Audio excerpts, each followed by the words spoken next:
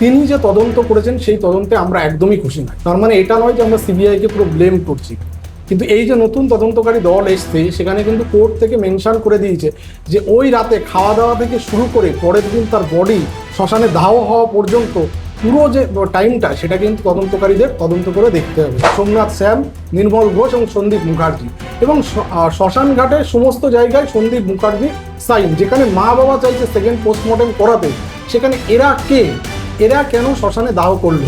ওই যে কালীঘাটের কাকু বলেছিল যে আমার বাবুকে কেউ ছুতে পারবে না, সে বাবুটাকে, সে বাবু হচ্ছে second in command Abhishek Banerjee. দলের সমস্ত লোক ছেড়ে চলে যাচ্ছে শুধুমাত্র সেকেন্ড ইন কমান্ড অভিষেক ব্যানার্জির এই ঔদ্ধত্যের কারণে। প্রাক্তন মুখ্যমন্ত্রীর যে ভাইপোর নাম কাকিমা নিয়েছে সেটাও খতিয়ে দেখা হোক, মুখ্যমন্ত্রীর পরিবারের অন্য কেউ জড়িত আছে কিনা সেটাও দেখা হোক, এবং সন্দীপ ঘোষের একটা ইন্টারন্যাশনাল কানেকশন, যে কানেকশানে হচ্ছে সেই বিভিন্ন রকম র্যাকেটের সাথে যুক্ত ছিল, সেটা হতে পারে ওষুধ পাচার বা অন্যান্য বডি পাচার, এই সমস্ত চক্রের সাথে জড়িত আছে কিনা।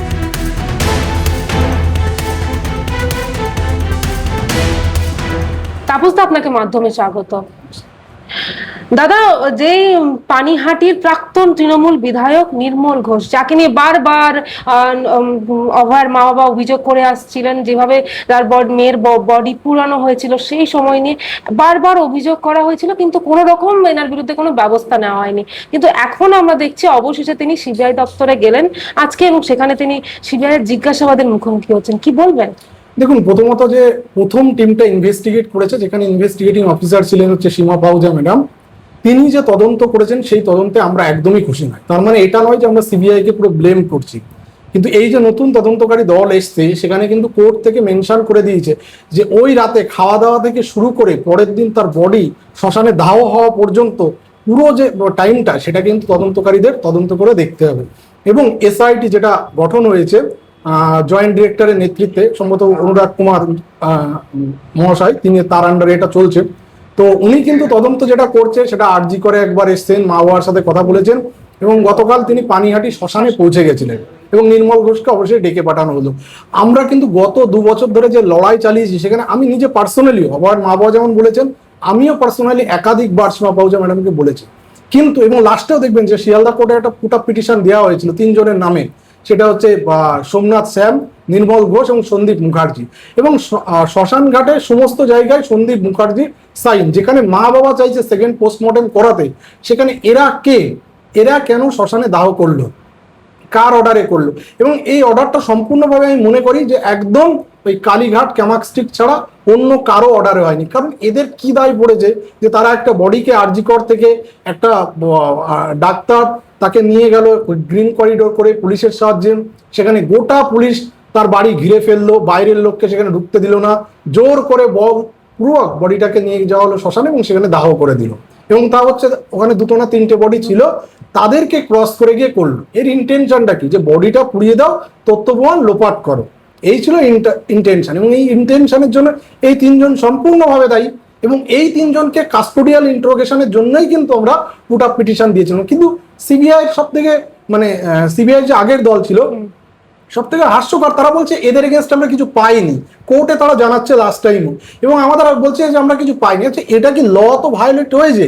আপনি দেখুন, প্রথম কথা হচ্ছে অনেক কিছু ভায়োলেশন হয়েছে, এই কেসটায় এত কিছু ভায়োলেশন হয়েছে, এমনভাবে তথ্য প্রমাণ লোপাট হয়েছে, তারপরে যদি দেখা যায় যে ছোট্ট একটা পুট আপ পিটিশনও সিবিআই সেটাকে ভালোভাবে দেখছে না। এবং এই নতুন যে তদন্তকারী দল, সেখানে দেখবেন যে আরেকটা জিনিসও উঠে এসছে, যে আমরা যে 7th ফ্লোরে ওটি কমপ্লেক্সের ভিতরে একটা ইনস্ট্রুমেন্ট রুম ছিল, যে রুমটাকে বারবার একাধিকবার মিডিয়াতে যেমন বলেছি, এবং সীমা পাহুজা ম্যাডামকে আমি পার্সোনালি বলেছি, কোর্টে গিয়ে একাধিকবার আমার সাথে দেখা হয়েছে, যে আপনারা এটাকে সিএফএসএল কেন করাচ্ছেন না? তারা বলছে আমরা তদন্ত করছি, কিন্তু ওইটা আমাদের এখতিয়ারে, আমরা করবো না। কিন্তু ওইটা কেন করবেন? ধরুন ওখানে কিছু পাওয়া যাবে না, কিন্তু যেখানে হসপিটাল কর্তৃপক্ষ বা হসপিটালের সমস্ত মানুষ যে তদন্তের জন্য গোটা পৃথিবী তাকিয়ে আছে, একটা কনফিউশন ক্রিয়েট হয়েছে, কনফিউশনটা দূর করাও তো একটা তদন্তকারী এজেন্সির কাজ। ভারতবর্ষে অন্তত এইরকম প্রিমিয়ার ইনভেস্টিগেটিং এজেন্সি আমি অন্তত মনে করি না যে একটা সিএফএসএল করলে বিরাট বড় ক্ষতি হয়ে যাবে। ধরে রাখলাম তর্কের হাতে কিছু পাওয়া যাবে, তাতেও তো মানুষের একটা কথা রাখা হয়েছে, যেখানে মা বাবা চাইছে, অথরিটি চাইছে, ডক্টররা চাইছে, আন্দোলনকারীরা চাইছে, কেন করবেন? মানে যেখানে এত বড় ঘটনা ঘটে গেছে, সে একটা সিএফএসএল করলে কি হতো? এই জন্য বারবার দেখবেন গত কিছুদিন আগে অভিজিৎ গাঙ্গুলি স্যার এবং আমি নিজে, সেখানে অভিজিৎ গাঙ্গুলি স্যার নিজে ভিডিও করেও বলেছে, এবং ওখানে কিন্তু একটা রুট আছে অলরেডি, সেই রুটটা কিন্তু ভিডিওতে দেখানো হয়েছে, যে একটা সিঁড়ি আছে পিছন দিক দিয়ে, সেই সিঁড়িটার কানেকশন কিন্তু পুরো নিচে দিয়ে, এবং ওই সিঁড়ি দিয়ে যেমন চেস ডিপার্টমেন্টে ঢোকা যায়, বা চেস ডিপার্টমেন্ট থেকে বেরিয়ে ওই সিঁড়ি দিয়ে আপনি যদি নিচে আসেন, আপনাকে কিন্তু ধরা কিন্তু সহজ নয়। অতএব কোনো আননোন পার্সন যদি ওখান দিয়ে চেস ডিপার্টমেন্টে ঢুকেও থাকে, আমরা কিন্তু বুঝতে পারবো না। সো রুট একটা কিন্তু রয়েছে, যে রুটটা করে এটা, এবং কোর্টেও কিন্তু উঠেছে, কিন্তু সিবিআই সেখানে কিন্তু খুব একটা বেশি কিছু করেনি, খুব একটা বেশি কিছু কি তারা কোনো রকম কোনো কিছু করতে যায়নি। এবং যার জন্য আমরা বারবার বলেছি যে কাস্টোডিয়াল ইন্ট্রোগেশন হোক, কিন্তু কাস্টোডিয়াল ইন্ট্রোগেশন কি তাদের এগেনস্টে মানে সিবিআই মনে হচ্ছে না তদন্তই করবে না, কিন্তু এই তদন্তকারী দল প্রথম পানিহাটি শ্মশান এবং 7th ফ্লোরে তারা অলরেডি একটা ভিডিওগ্রাফি করে নিয়েছে, করে নিয়ে তারা বলেছে আমরা নেক্সট স্টেজেও আমরা ফরেন্সিক করব। তো আমরা তার দিকে তাকিয়ে আছি, দেখি কি পাওয়া যায়, এবং পানিহাটি এই নির্মল ঘোষ বা এদের 3 জনকে কাস্টডিতে নেয় কিনা, তাদের উপর কার অর্ডার ছিল, এবং সে তো ওয়েল ডান সম্ভবত সোমনাথ সেনকে বলেছিল হচ্ছে নির্মল ঘোষ, এরকম করে কাকিমা যেটা বারবার মিডিয়াতে বলেছে, কার পারমিশনে, কার ফোনের পারমিশনের ভিত্তিতে তিনি করলেন। কিন্তু এই ফোনের কানেকশন আমি বলবো সোজা কালীঘাটে ছাড়া আর কারোর পারমিশনে এটা হতে পারে না, একমাত্র এর জন্য দায়ী প্রাক্তন মুখ্যমন্ত্রী তথা স্বাস্থ্যমন্ত্রী এবং পুলিশ মন্ত্রী। অন্যদিকে দেখলাম আমরা কাকিমা রত্না দেবনাথ, তিনি একেবারে অভিযোগ করেছেন যে এই অভয়া খুনে সরাসরি জড়িত রয়েছে আবেশ ব্যানার্জি, যিনি মমতা ব্যানার্জির ভাইপো হন। হ্যাঁ, কাকিমা যেটা করেছে, যে অভিযোগ করেছে, ওটা সিবিআই খতিয়ে দেখা উচিত। এবং আমি মনে করি যে একটা, দেখুন আমাদের পশ্চিমবঙ্গে অনেক ডেথ হয়, প্রায় দিনই কোনো না কোনো কারণে ডেথ হয়, বা ধরুন খারাপ ঘটনাও ঘটে, সেগুলো ঘটা উচিত নয়, কিন্তু কটা ক্ষেত্রে মুখ্যমন্ত্রী এইভাবে উঠে পড়ে লাগে, বা একটা রাজ্যের হেলথ সেক্রেটারি থেকে শুরু করে পুরো পুলিশ যে সিস্টেমটা এই কেসটাকে ধামাচাপা দেওয়ার জন্য উঠে পড়ে লাগতে পারে, গোটা অ্যাডমিনিস্ট্রেশনকে নামিয়ে দেয়। ডিএমইডিএইচএস একটা লেটার করে ব্যাক ডেটে, যে এরা আরজিকর থেকে প্যারেডে অংশগ্রহণ করেছিল, সেই অভিক বিরূপাক্ষ এদের নামে। তারপরে হচ্ছে ডিসি সেন্ট্রাল অভিককে বলে ফিঙ্গারপ্রিন্ট এক্সপার্ট, একের পর এক মিথ্যে কথা। আপনাদের যত মিডিয়া ছিল সমস্ত মিডিয়া দেখিয়ে দিয়েছে যে এটা ওই অভিক দে, তা সত্ত্বেও ডিসি সেন্ট্রাল দিনের পর দিন মিথ্যে কথা বলে গেছে। ক্রাইম সিনটাকে বলেছে 40 ফুটের ভিতরে ক্রাইম হয়েছে, আমি জানি না, যেমন সঞ্জয় রায় দিব্য দৃষ্টিতে দেখতে পেয়েছিল যে ওই জায়গাটা মেয়ে আছে, তার জন্য চলে গেছে, কারণ বাঁ দিকে পেশেন্টের রুম, আরো ডান দিকে চলে গেল যেখানে ডক্টরসদের রুম, সেখানে চলে গেল। তো এবং স্লিপ স্টাডি রুমটা ভেঙে দেওয়া হলো। এই যে বল প্রয়োগ করা হয়েছে, মানে কে ছিল? আমার তো মনে হয় যে কাকিমা যেটা বলছে সেটা খতিয়ে দেখা উচিত সিবিআই এর, কারণ মুখ্যমন্ত্রী, অন্তত আমি দেখেছি মুখ্যমন্ত্রী কিন্তু প্রাক্তন মুখ্যমন্ত্রী, তিনি কারণ নয়, তিনি শুধুমাত্র তার ভাইপোর এবং তার ফ্যামিলি, এছাড়া কি রাজ্যের অন্য কারো কথা ভেবেছেন বলে আমার তো মনে হয় না। কারণ কয়লা দুর্নীতি, বালি দুর্নীতি, আপনি যাই বলবেন, ওই যে কালীঘাটের কাকু বলেছিল যে আমার বাবুকে কেউ ছুতে পারবে না, সেই বাবুটাকে, সে বাবু হচ্ছে second in command Abhishek Banerjee, দলের সমস্ত লোক ছেড়ে চলে যাচ্ছে শুধুমাত্র সেকেন্ড ইন কমান্ড অভিষেক ব্যানার্জির এই ঔদ্ধত্যের কারণে। তখনও কিন্তু মমতা ব্যানার্জি সেই তার ভাইপোকে বাঁচানোর জন্য, পিসি ভাইপো কিন্তু উঠে পড়ে লেগেছে। নিশ্চয়ই তার ফ্যামিলির কেউ থাকতে পারে, আমরা যে অচেনা লোক বা আননোন পার্সন গুলো বলছি, আমাদেরকে যেরকম আভাস ছিল, কিন্তু সেটা দেখুন এর আগে মুখ খুললে তো আমাদের আর মাথাটা থাকতো না, তার জন্য এখন বলতে পারছি। এই নামটা যে আমি শুনিনি সেটা আমি বলবো না, এই নাম আমি প্রথমে যখন তদন্ত চলছিল তখনও শুনেছি, কিন্তু সেই অবস্থায় ছিল না এটা বলার জন্য। এখন কাকিমা এটা বলেছে, এটা আমিও অন্তত প্রথম থেকেই কম বেশি আমার কাছে আইডিয়াই ছিল, কিন্তু এখনো পর্যন্ত তার উপস্থিতি কি ছিল, তার তার অন্তত দেখাও, কল লিস্ট দেখাও, কারণ এই নামটা কোনো জায়গায় ছিল না বলেই সমস্যা তৈরি করেছে, যে তাকে সেইভাবে মিডিয়াও দেখায়নি। কিন্তু আমি আজকের দিনে বলবো এটাকে অন্তত খতিয়ে দেখা হোক, এবং খতিয়ে দেখে নেওয়া হোক। এবং আমি একটু ড্যাম মুখ্যমন্ত্রী এমন কাউকে আড়াল করার জন্যই হয়তো এটা করেছে, অন্তত এই অভিক বিরূপাক্ষ তাদেরকে আড়াল করবে, সন্দীপ ঘোষকে আড়াল করবে, তার জন্য মুখ্যমন্ত্রী ছুটে আসবে, বিনীত গোয়েল, তারা নিজেদের ক্যারিয়ারকে মানে সাসপেনশনের পথে নিয়ে যাবে। গোটা ভারতবর্ষ, পুরো ভারতবর্ষ তথা পৃথিবীতে যে আন্দোলন মানে হয়েছে, সেটার জন্য একজন মুখ্যমন্ত্রী কাকে বাঁচাতে গেল? তাহলে কি সেই এই নামটাই, যে নামটা কাকিমা আজকে নিয়েছে?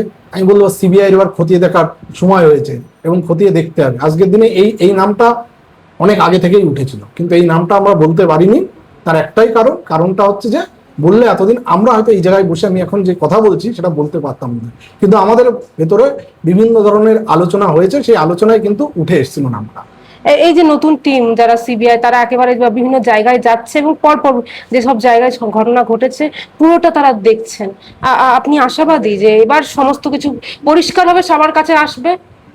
দেখুন, এসআইটি সিবিআই যদি চায় যে আমরা তদন্ত করব, দেশের প্রিমিয়ার ইনভেস্টিগেটিং এজেন্সি, যারা ইন্টারপোলের এজেন্সি ভারতবর্ষ থেকে, আমি মনে করি না যে তারা অদক্ষ। আজকে দেখুন পশ্চিমবঙ্গে এত অ্যারেস্ট হচ্ছে, এই পুলিশই তো অ্যারেস্ট করছে। কিছুদিন আগে এই পুলিশই হচ্ছে লুকিয়েছিল, আজকে জাহাঙ্গীরের মানে স্ত্রী তার নেতৃত্বে যে তাণ্ডব করার চেষ্টা করেছিল, মুহূর্তের ভেতরে কেন্দ্রীয় বাহিনী এবং পুলিশ, এই পুলিশই তো করছে। তার কারণ হচ্ছে ফ্রি হ্যান্ড দিয়েছে বর্তমান মুখ্যমন্ত্রী, তখনকার মুখ্যমন্ত্রী দেয়নি। তার মানে এটাও হচ্ছে ঠিক। আমি মনে করি যে আগের যে টিমটা ছিল সেই টিমটাই কোনো গাফিলতি ছিল, সেই টিম কোনো না কোনো জায়গায় কম্প্রোমাইজ থাকতে পারে, এবং আমি মনে করি তাদের এগেনস্টেও তদন্ত হওয়া উচিত।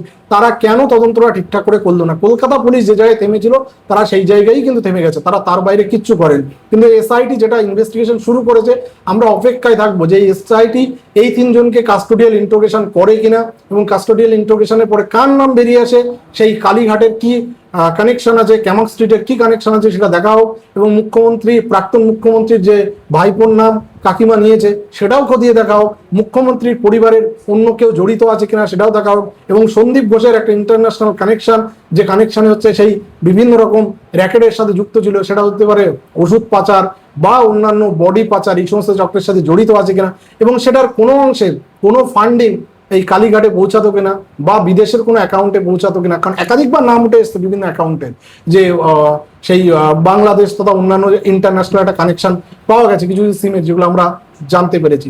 সেইগুলো সিবিআই তদন্ত যদি করে তাহলে কিছু বেরিয়ে আসতে পারে।